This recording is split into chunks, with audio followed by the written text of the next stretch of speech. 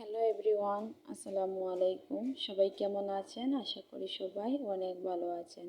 সিলেটি কিচেনে নতুন আরেকটি ভিডিও দেখার জন্য সবাইকে জানাই ওয়েলকাম। আজকে তৈরি করে দেখাবো ছোট মাছ দিয়ে সাথে আলু আর বেগুন দিয়ে চচ্চড়ি রেসিপি। আশা করি আপনাদের কাছে ভালো লাগবে।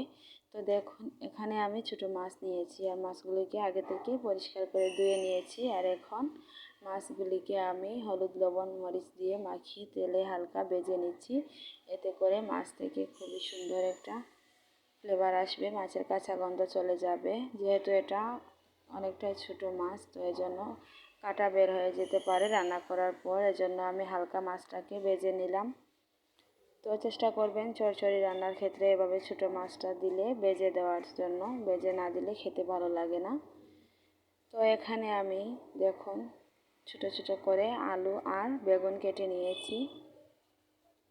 এখন আমি রান্না করে নেব। এর জন্য কড়াইতে তেল দিয়ে দিলাম পরিমাণ মতো। এখন দিয়ে দিলাম পেঁয়াজ আর রসুন বাটা দিয়ে ভালো করে ব্রাউন কালার করে ভেজে নিব।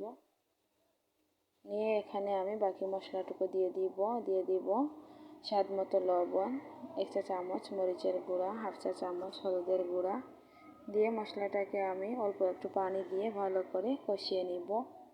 ভিডিওর এই পর্যন্ত এসে যারা একটি লাইক দিতে ভুলে গিয়েছেন, প্লিজ একটি লাইক দিয়ে সম্পূর্ণ ভিডিওটি কন্টিনিউ করবেন। আমার ভিডিওতে অনেক লাইকের সংখ্যা কম আসে, অনেকেই আমার ভিডিও দেখে কিন্তু লাইক দিতে ভুলে যায়। প্লিজ একটি লাইক দিয়ে দিবেন, এতে করে কিন্তু আমার ভিডিওটা অন্যের কাছে পৌঁছাতে অনেক বেশি সাহায্য করবে। আপনাদের ছোট্ট একটি লাইকের কারণেই কিন্তু আমার এই ভিডিওটি অন্য নতুন সদস্যের কাছে পৌঁছে যাবে। তো প্লিজ একটি লাইক দিয়ে ভিডিওটি দেখবেন। তো এখন দেখুন আমি মশলাটাকে অল্প একটু পানি দিয়ে ভালো করে কষিয়ে নিচ্ছি। আর আমার চ্যানেলে যারা নতুন বন্ধু হয়েছেন, প্লিজ স্প্যাম কমেন্ট করবেন না। আর যারা আমার চ্যানেলে পুরাতন বন্ধু আছেন তাদেরকে জানাই অসংখ্য অসংখ্য ধন্যবাদ প্রতিদিন আমার ভিডিও দেখার জন্য আর সুন্দর সুন্দর কমেন্টস করার জন্য।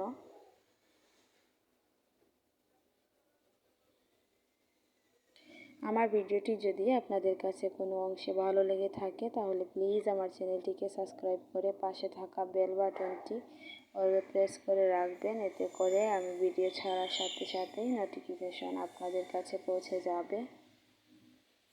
তো দেখুন মশলাটাকে কষিয়ে নেওয়ার পর আমি দিয়ে দিলাম আলু আর বেগুন দিয়ে ভালো করে নেড়ে ছেড়ে ঢাকনা দিয়ে ঢেকে কিছুক্ষণ রান্না করে নিব।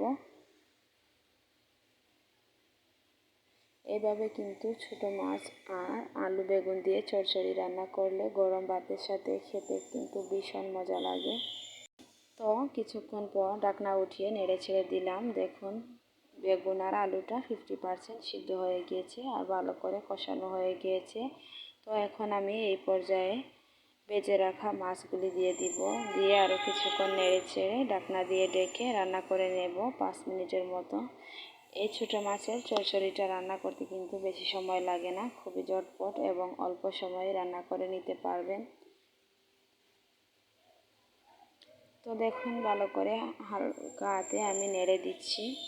চেষ্টা করবেন মাছ দেওয়ার পর বেশি নাড়াচাড়া না করতে, এতে করে মাছগুলি ভেঙে যাবে আর খেতে ভালো লাগবে না।